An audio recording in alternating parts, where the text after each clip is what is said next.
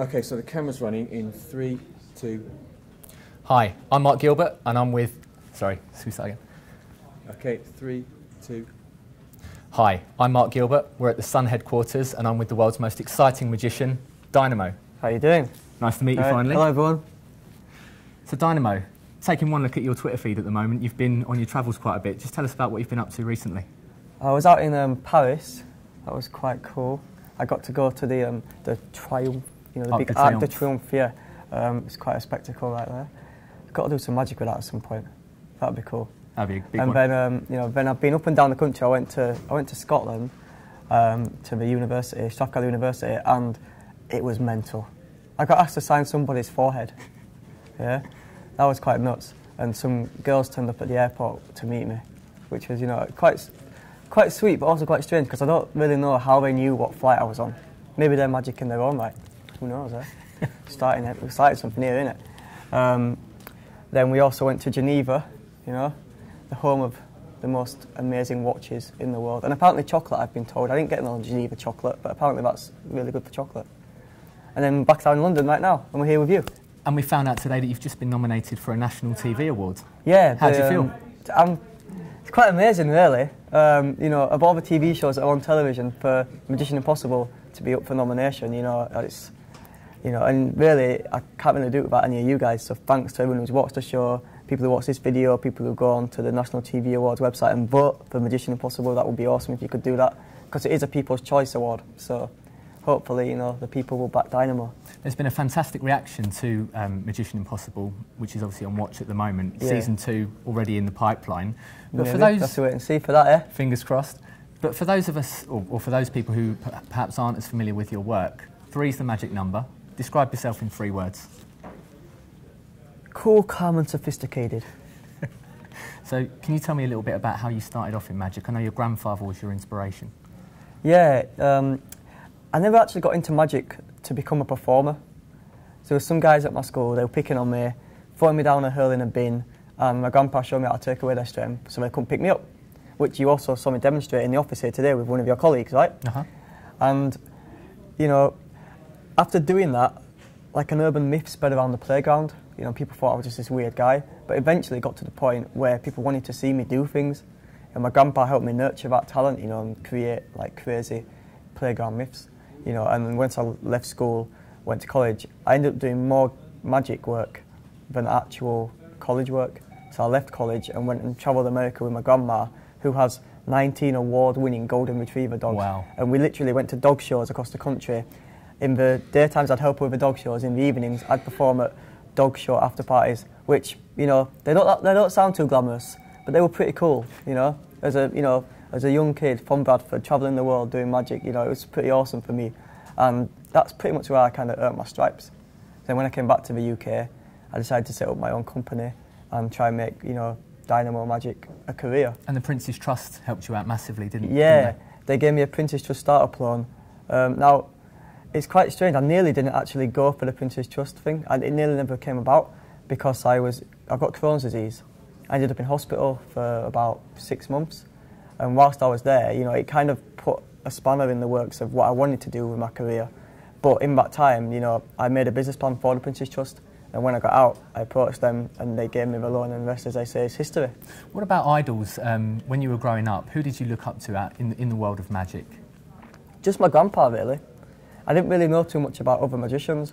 Over the years, I've kind of studied and, you know, researched about the masters like Paul Daniels, you know, like Penn and Teller and David Copperfield, you know, Siegfried and Roy, David Blaine, you know, all the greats.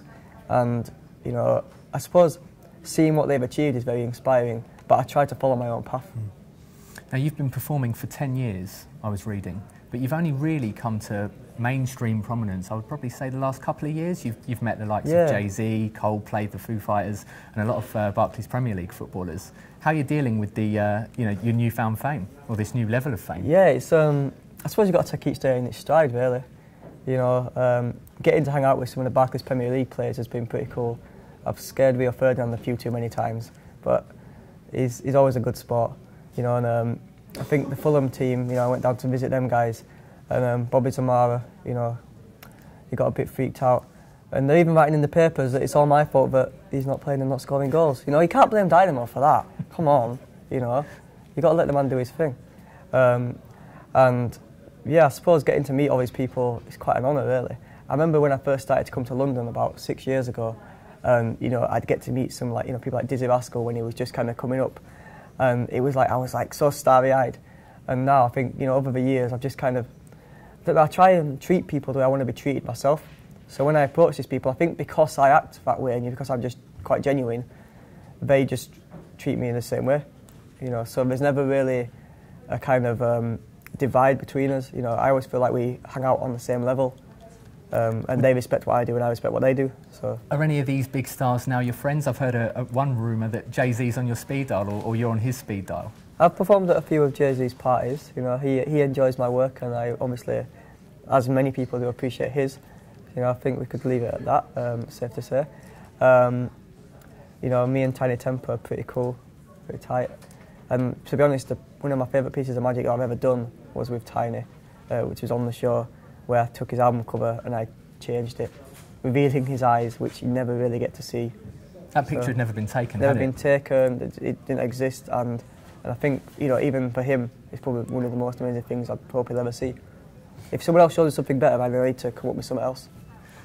You're someone who's basically been credited with making magic cool again. I think it's fair to say some people possibly looked at David Blaine and the whole box trick as, it's okay, but we're not that impressed. But you've really made it cool again, and people are excited by your magic. How do you see your future going? Is it going to be more street stuff, or are you going to be doing more illusion stuff like when you were walking on water on the Thames? I think, you know, there's definitely some bigger things, like when I walked across the River Thames, that I want to do. But I'm going to keep them under wraps for now.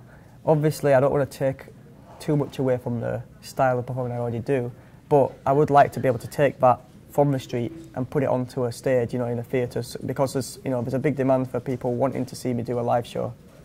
So I suppose you've got to give people what they want, and eventually, I think hopefully you'll come see me do a show at a theatre in London or somewhere near you. We mentioned Rio Ferdinand earlier. He's just one of many footballers you've met, but you're a Bradford City fan. Do you get to go to many games? Not in about 5 or 6 years, although I'm pretty sure they'd have me back if I wanted to go.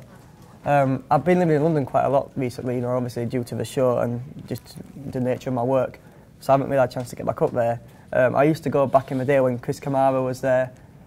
Before they were in the Premiership, I had a Bradford City bedroom. I know I shouldn't really admit that, but it was, you know, 2 claret walls and 2 amber walls, and then across the, you know, the border was a Bradford City border, and I had claret and amber bed sheets. I'm a bit ill today, sorry about that. And yeah, the claret and amber bed sheets didn't really help too much with the women back in the day, but you know, I was young, and hopefully, you know, they don't hate on me because I like Bradford City. So is football your main sport that you follow? I'd probably say it's either football or boxing. Yeah? They're my 2 favourite sports. Who's your favourite boxer? We had Amir Khan in last week. Who's your favourite boxer at the moment? Well, obviously, you know, watching Floyd Mayweather, he's awesome. I'm really good friends with David Hay. You know, Amir Khan is awesome. My favourite boxer ever, though, who is actually a friend now, which is, you know, I love to be able to say that, is Prince Naseem. You know, possibly the most exciting and entertaining boxer this country, if not the world, has ever produced. You know, obviously Muhammad Ali is way up there. But I think, you know, for Britain, Naseem did us proud. The showmanship as well. Showmanship, it was the whole package, everything. Wasn't it? You know, and just like, you can't deny his skill. Regardless of all the bravado, he was a phenomenal boxer. Now, you're working with the Barclays Premier League. Can you just explain a little bit more about that relationship and what you're doing and how it came about? So, obviously being a football fan myself, you know, Barclays Premier League came to me and asked me, you know, about going to do some magic with footballers, which, you know, sounded pretty cool. So we basically made 4 virals, 4 adverts, where I go to the likes of Fulham, to Tottenham, to Manchester United, you know, and also to the streets of like the top cities like Birmingham, London. You know, we kind of go all across the country, meeting fans and players, and doing amazing things. Like one of the main things in the first commercial was where I went up to people in the street, asked them what team they supported, took some Barclays ATM receipts, shook them and changed them to match tickets for the team they wanted, and gave them out. You know, and I think that is kind of what the main thing about the campaign is. You know, every 90 minutes, Barclays Premier League give away football tickets. for whichever team you support. And all you got to do is get your ATM receipts, type in the code, and it could be you. Also, I've been giving away some tickets on my Twitter at Dynamo Magician. So if you follow me on there, you might be in a chance of winning some match tickets. We know that there's a sequence of 4 clips that Barclays are putting out on their YouTube channel. Yeah. The third one is going live later this week, and we'll be previewing that on The Sun. It involved Gary Neville. Yeah, Gary Neville's cool. I wasn't sure what it was going to be like, before I met him. But yeah, it was actually really cool.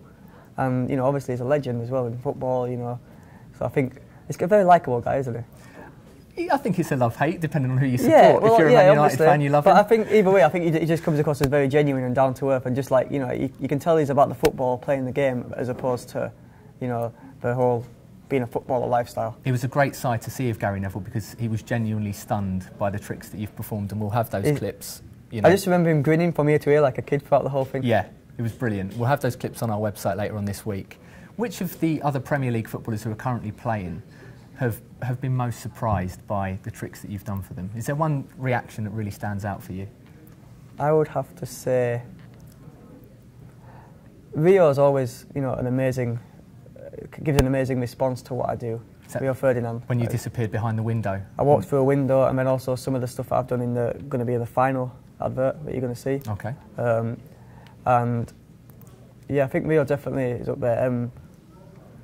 I would also say, like, the whole Fulham team together. Like, we filmed loads of stuff down there, and they were, it was like a domino effect with the whole team, if that makes any sense. Yep. And obviously Jermaine Jennings and Jermaine Defoe. But I think they were amazed. They kind of threw the cards to the floor and walked off. But I think that's a sign of amazement, right? Absolutely. Let me test it. Hold on. Where's the cards? So they're the cards. I'm Jermaine Jennings or Jermaine Defoe, yeah? You've just done something amazing to me. You're Dynamo. That's amazed, right? That was an amazed face. Yeah? Absolutely. So I think that's the reaction they gave, so I'm going to take that as an amazing face. I think they could do with some of your magic up front this season, Tottenham. I'm certain of that. But just finally, what would you say so far has been the greatest trick that you've done in front of a Premier League footballer?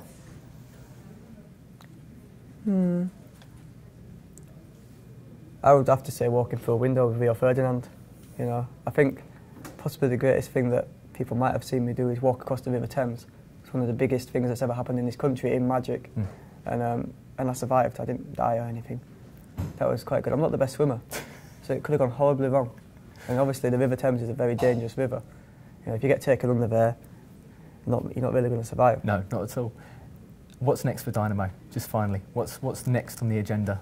Hopefully, I win a national TV award for Best Entertainment Show, Magician Impossible, so please vote.